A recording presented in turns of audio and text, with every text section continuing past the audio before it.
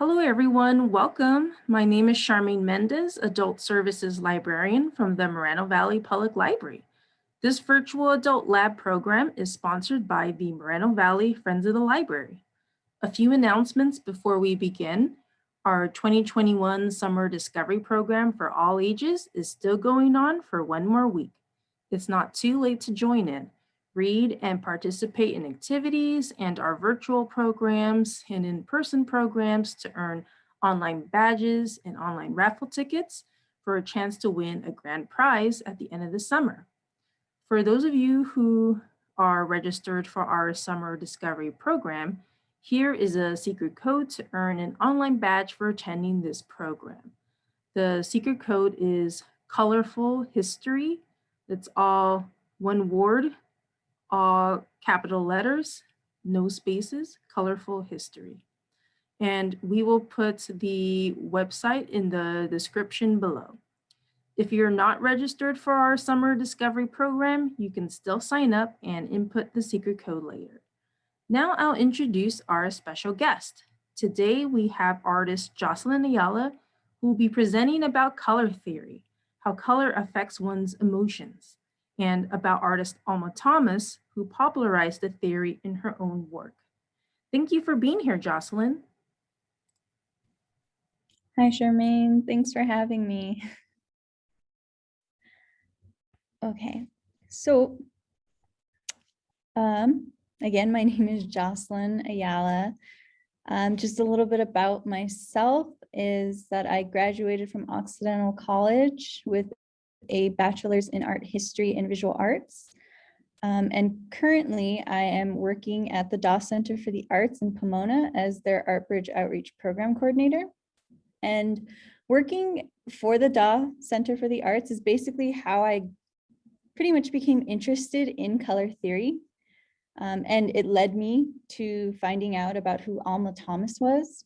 And her artwork and her life really I was just so fascinated by. And the two just really kept coming up in my life. And so I was really excited to be invited to just talk a little bit about something that I'm very interested in. Okay, so let's go ahead and get started with color theory. So color theory, we're going to just learn a little bit about its history because it is pretty much an ongoing study. But there are a few facts and certain keys that we all collectively kind of agree on in terms of science and artists who most use these theories. So we got to begin way back when with Aristotle. You know, his records are basically the oldest we have of somebody contemplating color theory. You know, somebody before him could have thought of it, but a lot back then, you know, was spoken word. So he's pretty much the person that we have a recorded history of that was thinking about color. So he actually thought about color in terms of being gifts from the gods. And he examined and observed color within nature. So he really thought about the four elements. So fire, wind, water, and earth. He thought that the main primary colors were going to be white, black, red, and yellow. And you can kind of see in my little illustration here that he thought they correlated with certain elements. And with those colors, he also observed in nature that those colors pretty much led to a multitude of others. But when he was thinking about these main colors, he really observed them in the sky. So the white and black, pretty much the day and night, and then the transitioning with red and yellow being the sun. And then with that, he included overall colors like purple. Hopefully it stands out a little bit more than the blue we have here, and green, right? So the blue and the purple he observed in the sky also, but the blue and the green as well he observed in the earth. Okay, so these were just pretty much colors he thought were the 7 main colors in the world, basically. And, you know, a lot more can be said. There were others like him too that discussed a little later on about what color theory was. But there are two big giants of color theory that I wanted to bring in today. And the first one is Sir Isaac Newton. Now we know Newton for his pretty much his ideas on gravity, right? But he also had so many other interests, and one of them was color. So he experimented a lot with the way light would hit certain prisms and expel colors. So in this image, you can pretty much see he cut a small little hole into a piece of wood that would send light in from the sun, hit a prism of basically glass, right? And the way it would just expel the rainbow, right? And we've done something like this as kids, you know, we play with certain glass objects and we notice that when we bring it into light, there's refracted colors that can be presented, okay? And so his theory on color led him to believe that the main 7 colors were actually Roy G. Biv: red, orange, yellow, green, blue, indigo, and violet.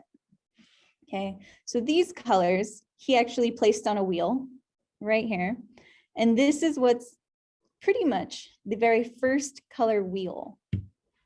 Okay, so on here he has all of the colors written out, but he also has some other labels here. He also kind of correlated color and music. There are some music notes on here because he thought that they were kind of intertwined with each other, which is, you know, it's an interesting theory and something you should definitely look up if you're interested, but we're going to stick with color. So 1665, Newton came up with basically the very first color wheel. Okay, and then next we have Gogh, Johann Wolfgang von Gogh. So Gogh's theory, he had a very hard time with actually putting his theories out there because in many ways he contradicted Newton. And back then, even today, you know, if you contradict someone who is very popularized, whose thoughts and theories were all holding well and true, you pretty much were outcasted, right? So for a long time, Gogh's theories on colors were not seen as wholly valid because they kind of contradicted Newton's work. But his color theory actually holds up to be a little more relevant than Newton's today. So Sir Isaac Newton really worked his color theory from a more physiological lens. So more about how it dealt with our eyes and the way that we perceived color collectively together and independently, right? So his colors were actually red, orange, yellow, green, blue, violet, Roy G. Bv. And his color wheel right here, he made in 1810, pretty much shows the standard colors that you'll see today on color wheels. He has one less color than Newton did, and that's indigo that's missing, but he kind of makes up for that with the fact that blue and purple will mix together to get that kind of indigo color. But Gogh's color wheel pretty much is where many people have advanced off of and is pretty much a foundation.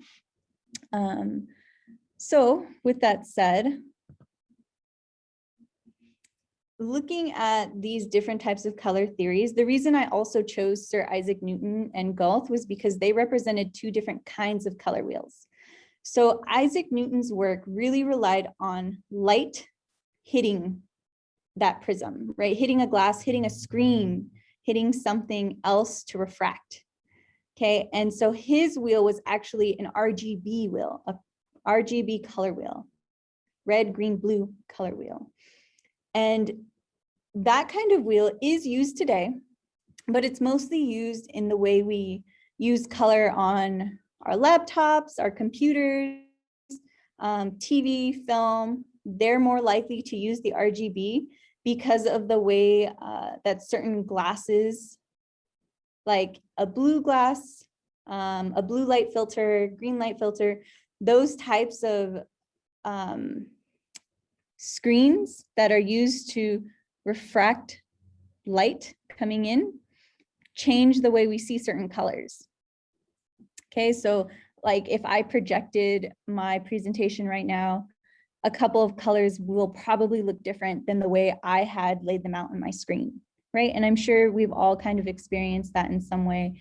A color we thought we painted, we took a picture of it, and all of a sudden it's a different color, right? That's the way that just technology kind of changes the way we perceive color. So today, though, I'm going to be mostly using the other color wheel. So RYB, red, yellow, blue.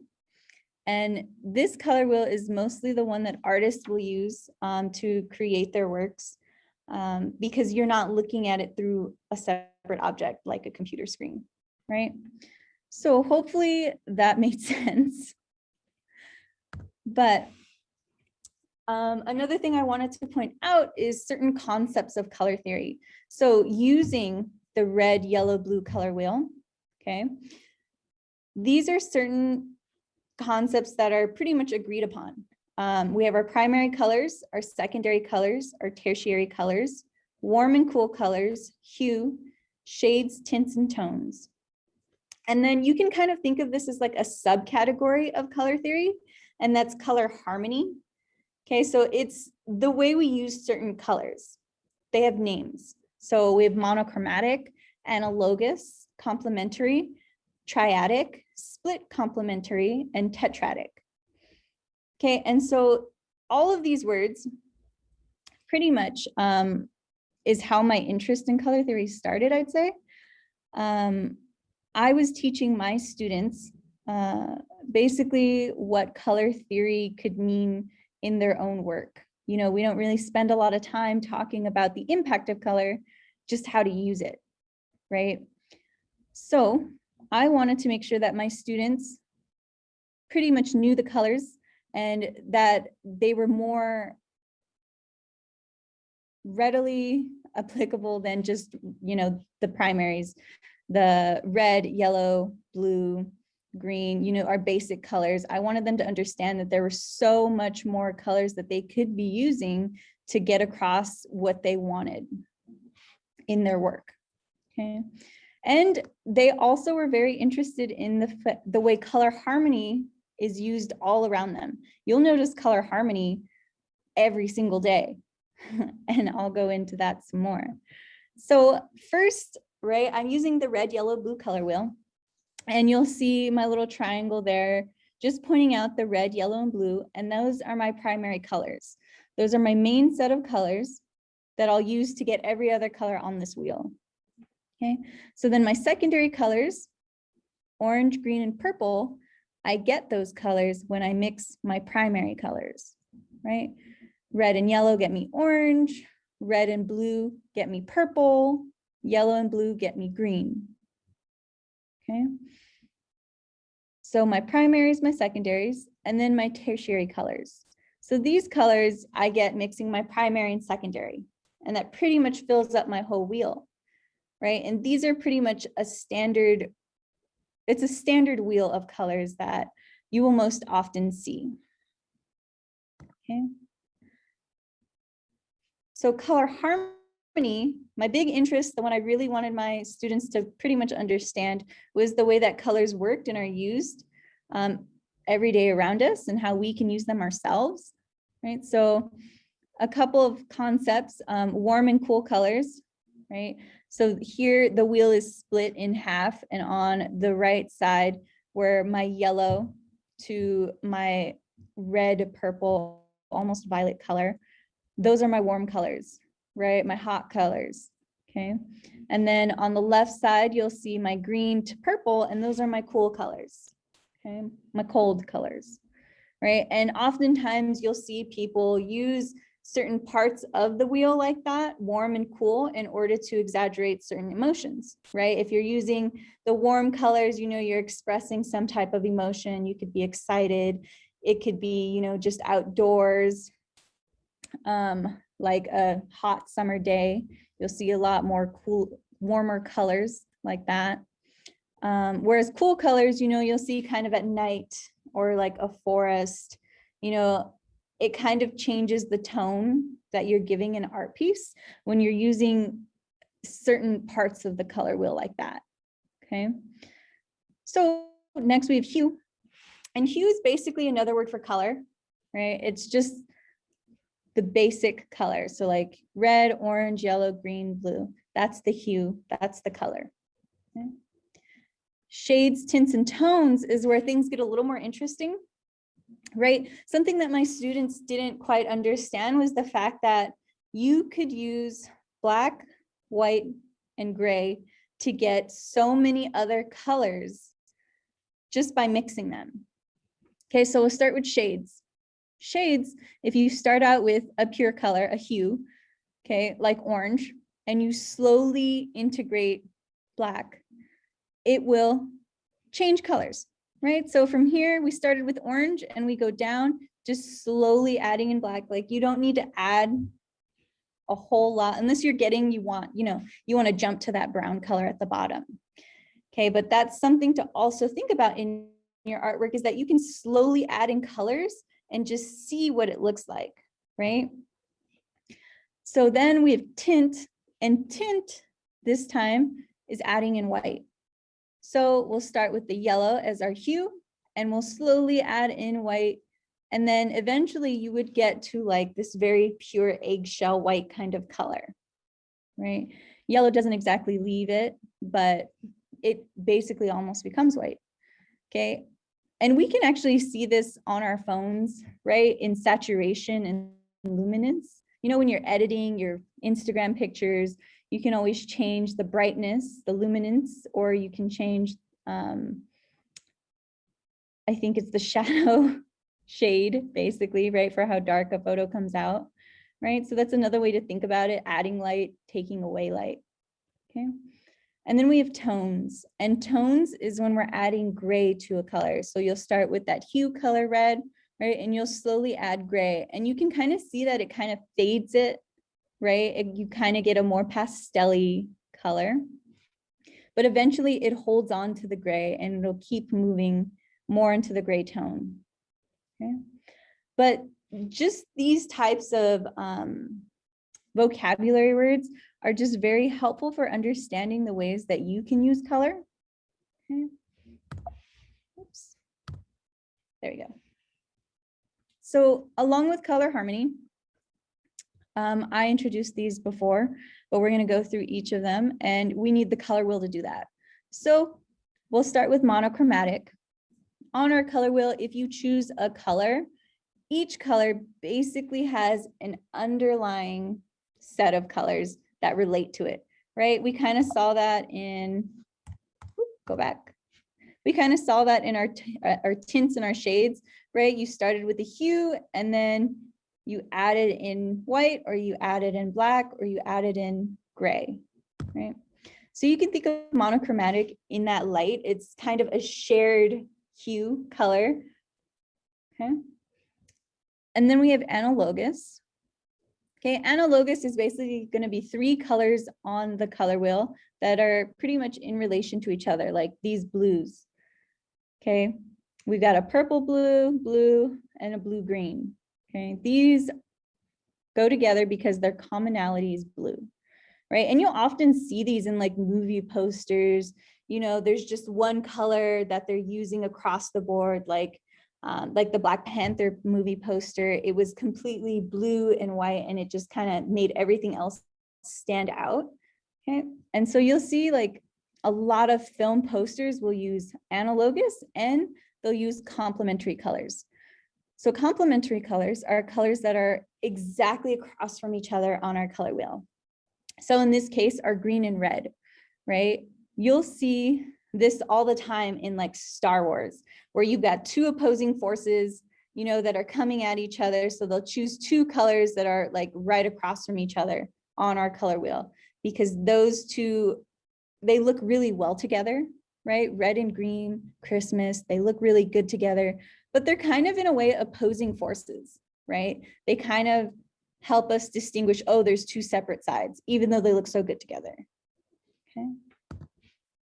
All right, and then we have triatic. So triatic, right? We have the first 3 letters of this word tri, right? 3.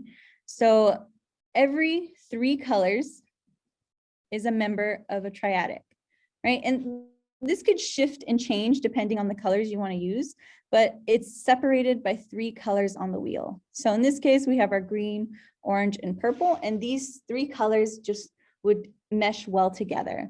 And in this case, you know, I kind of think of like the Hulk. He's purple and green, but in many instances, you know, they'll throw in other colors with him, like orange, okay, like in his eyes, you know, he'll have those like ember bright orange eyes, okay. Another way that movies use colors to get your attention, right? And then next we have split complementary. So complementary, right, we said 2 colors right across from each other, right, the red and the green, but split means we're going to split it. We're going to split the green into yellow green and blue green. So blue green and yellow green and red, those 3 colors would also look very good together. Okay. You'll see, oh, well, you know, colors like these kind of remind me of the Powerpuff Girls. I think in terms of cartoons, you will see color combinations like no other that have roots in color theory because it's able to help the audience, us, remember certain characters a certain way, a certain feeling that those colors gave, right? And then lastly, we have tetratic, and that's basically 4 colors, right, with 2 colors spaced in between them. And again, it can shift, right? It can change. You can choose 4 different colors. They just have to be spaced by 2. And those colors will also do really well together. And in another way, they're kind of also like opposing forces, right?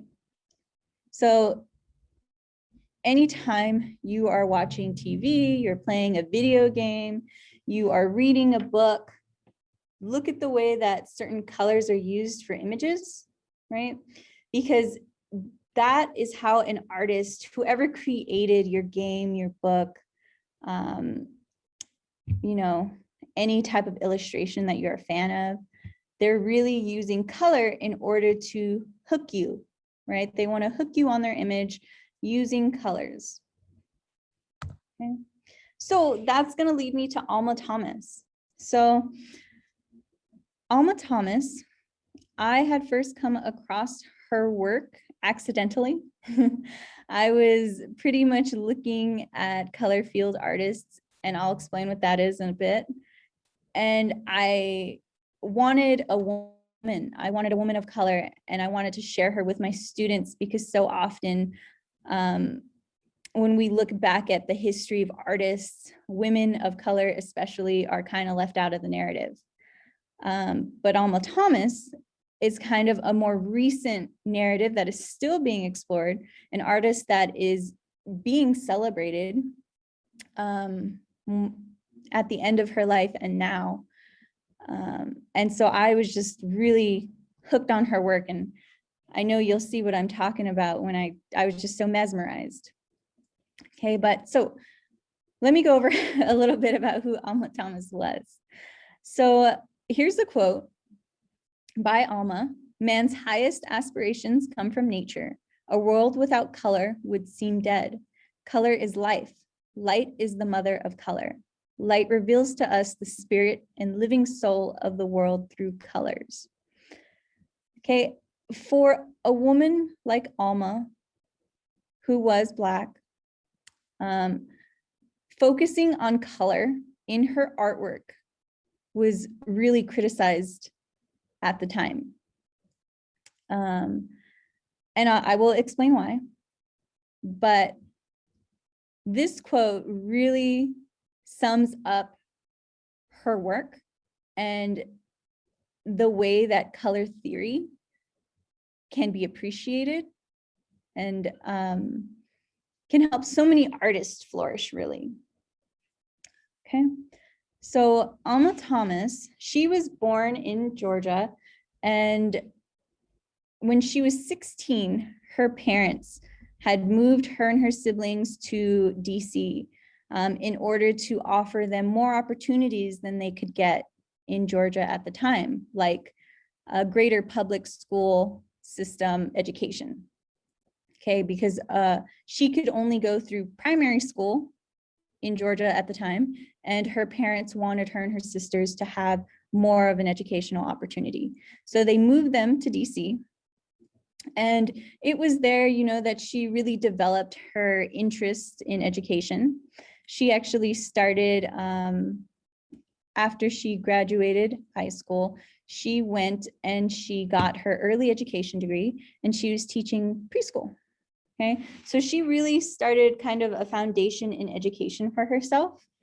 And right about the time she was 30, she decided to go back to school. Okay, and you know, actually probably a little younger than that, to be honest, because she went to school multiple times. And that's just another lesson that you could go back to school whenever you want. Whenever you have an interest, you can always go back to school. But with Alma, it is most important to note that she was the very first person ever, the first woman as well, to graduate from the art department at Howard University. So she was the first woman and woman of color to ever have an art degree. And she was just the very first person to get it from Howard University. Okay, so that's huge. That's huge in her career. And her mentor at Howard actually was a very long friend of hers, the artist Herring. He was also a professor at Howard for a number of years and was a very huge influential part in her career and her life. So big workaround way of saying that education was pretty important to her. It was very important to her. And she goes back to school again to get a degree in art education, and she begins teaching in the Washington public school system.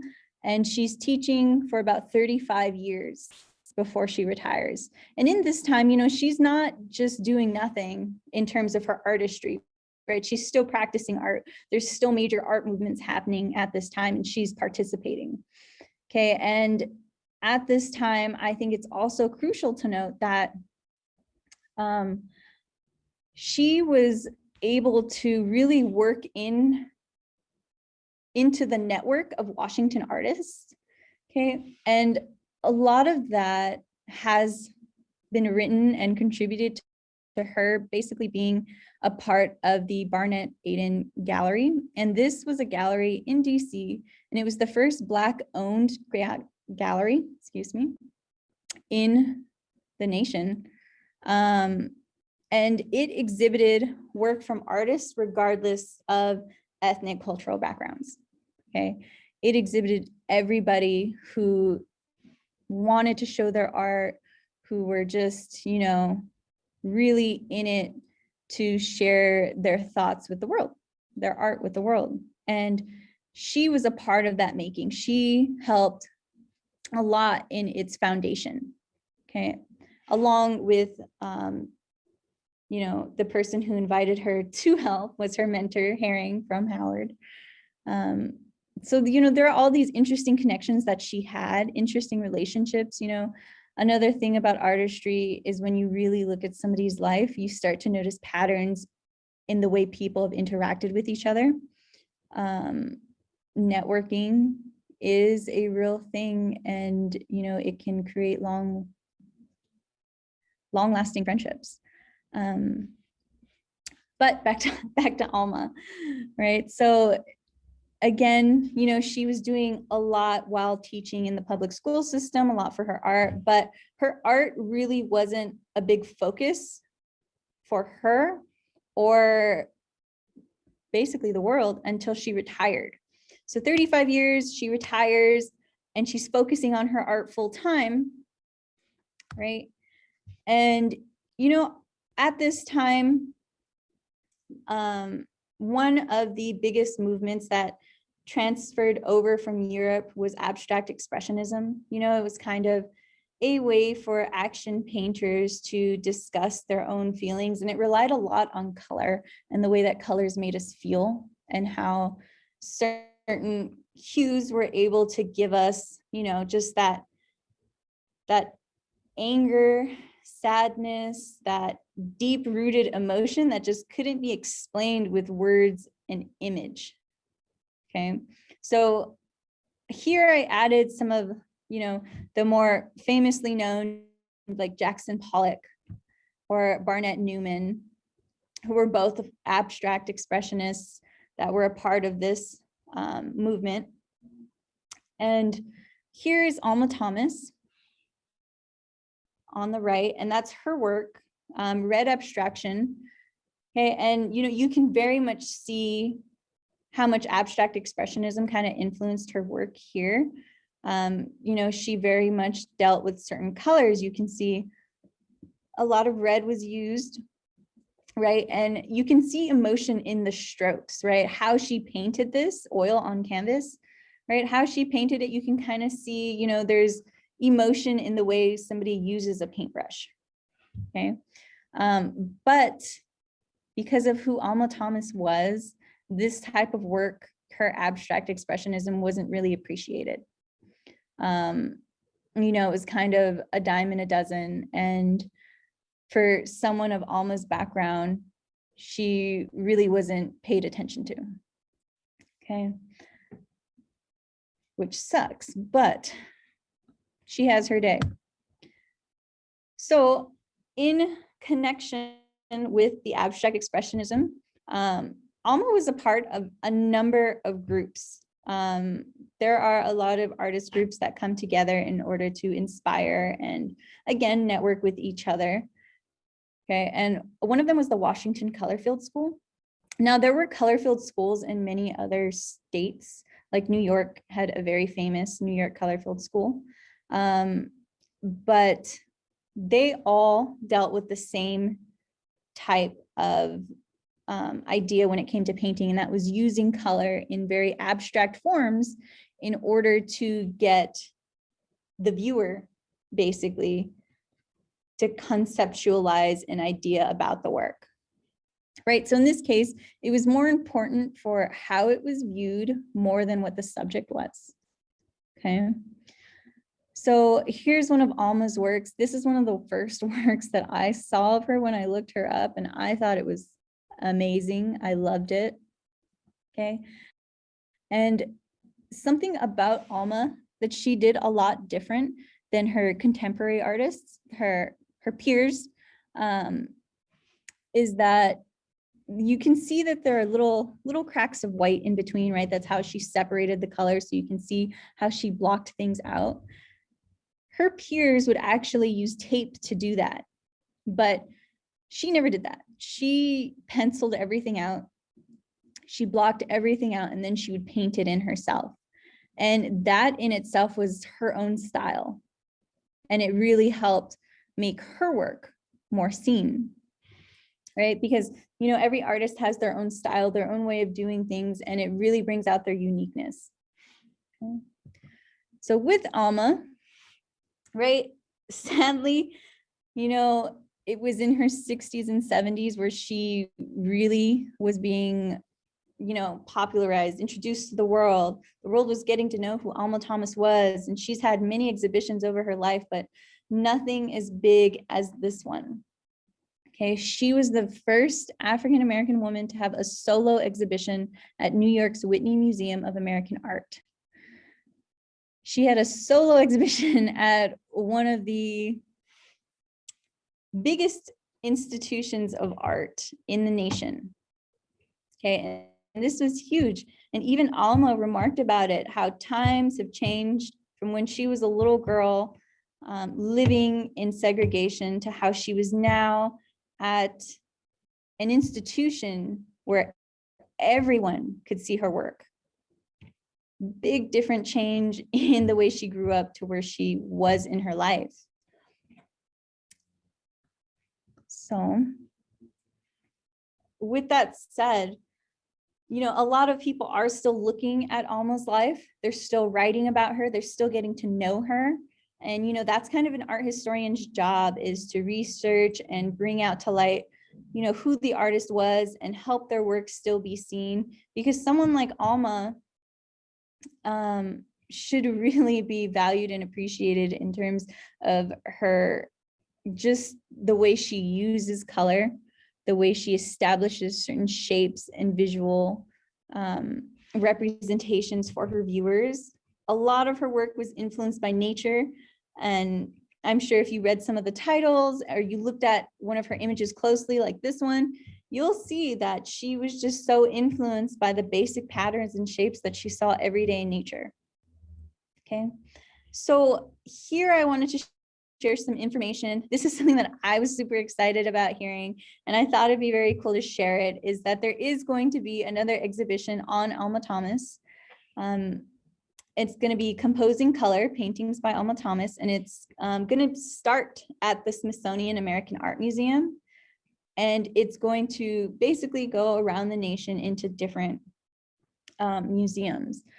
And I know it's going to come to LA, and so I'm very excited for when it does, because I think one of the greatest things about Alma is that she knew she was an artist, and she knew that, you know, nothing about her identity outside of being an artist was going to change how she saw herself and how she wanted to create and produce work in this world, right? So another famous quote that I have right here written is that she has stated, "I've sought to concentrate on beauty and happiness rather than on man's inhumanity to man." And I think, again, that shows not only Alma Thomas's character, but her commitment to artistry. Another reason she was also criticized was because she was a woman of color who wasn't focusing on basically all of the radical social justice changes that were happening in America, like many other Black artists were. She was focusing on color and light and the way that, you know, herself, the way that she interacted with the world and how she could share it with the world.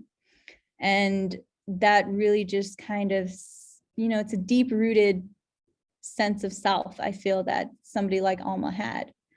And, you know, she did document parts of history. Like, if you look her up, she was at so many events and she documented a lot of things, but her work and color was just so much more pronounced as more than how the world saw her, which I think was, I mean, I love her. I love that I found out who she was, and I'm so grateful to have been able to share her with you guys. So I did have time for questions and thoughts, but since this is over Zoom, right, we could just take a look at some of her paintings here. From left to right, we'll go. So Alma Thomas, Grassy Melodic Chant. You can kind of see here, like, you know, just the way that she shapes certain shapes into kind of that circular form, almost like flowers, or the way that grass kind of sways with the wind, you know, things like that. In terms of nature, she was really inspired by. And then we have in the middle, atmospheric effects. Right, again, here she's working with color, right? And she's looking at the way that the colors are kind of working together when she blocks them out. Okay. And then we have Snoopy, early sun display of Earth. So these two right here on the right kind of came in conjunction with space. She had a space theme exhibition that kind of had to do with, you know, the celebration and exploration of rocket, sorry, of us going to the moon for the first time. You know, there was so much fascination around space and what was out there. And so as an artist, you know, Alma really looked at what was beyond Earth. And you can kind of see that, especially in her Snoopy one, early sun display on Earth. You can see how she was interacting. She was showing the way that planetary objects interacted with each other. Okay. So there's just a million ways that color can be used in order to show ideas, present ideas. More importantly, you know, she presented a lot of ideas and allowed the viewer to pretty much impose their own thoughts and feelings onto her paintings, which is another great use of color. The fact that you can use it to allow somebody to feel your art in their own way. And that kind of leads back to our friend Gogh, who, you know, explained color as also an individual experience. But with the individual experience, I also wanted to share one more thing.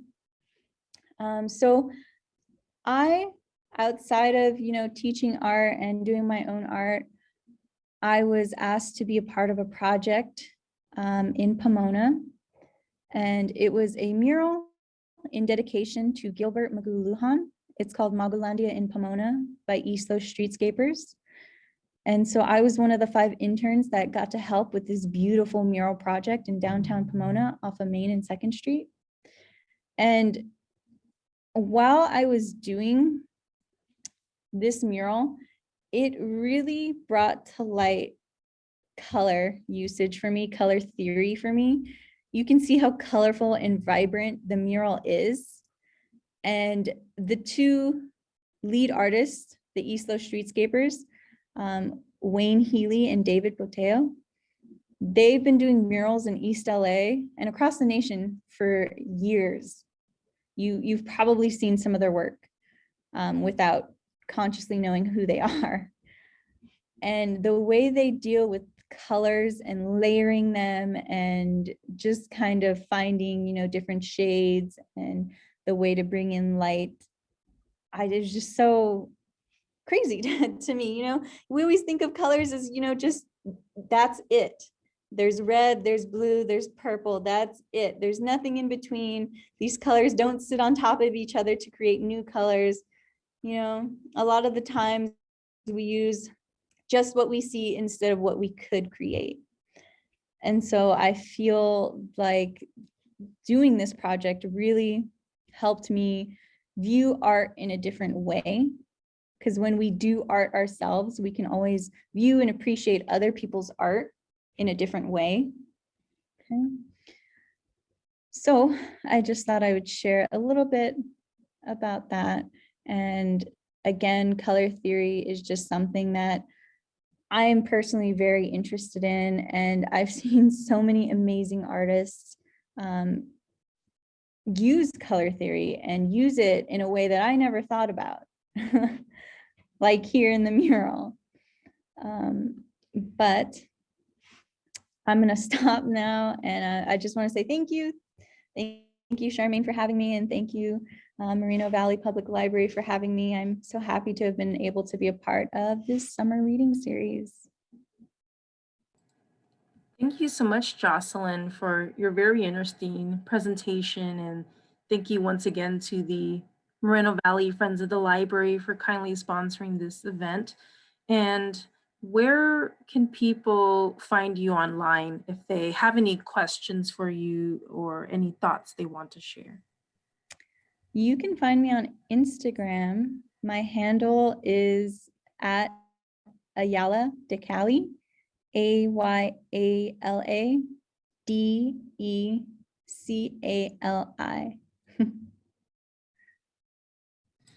Wonderful. And we'll also put your Instagram handle in the description of this video as well.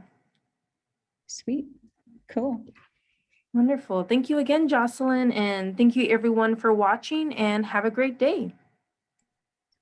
Thank you. Bye, Charmaine.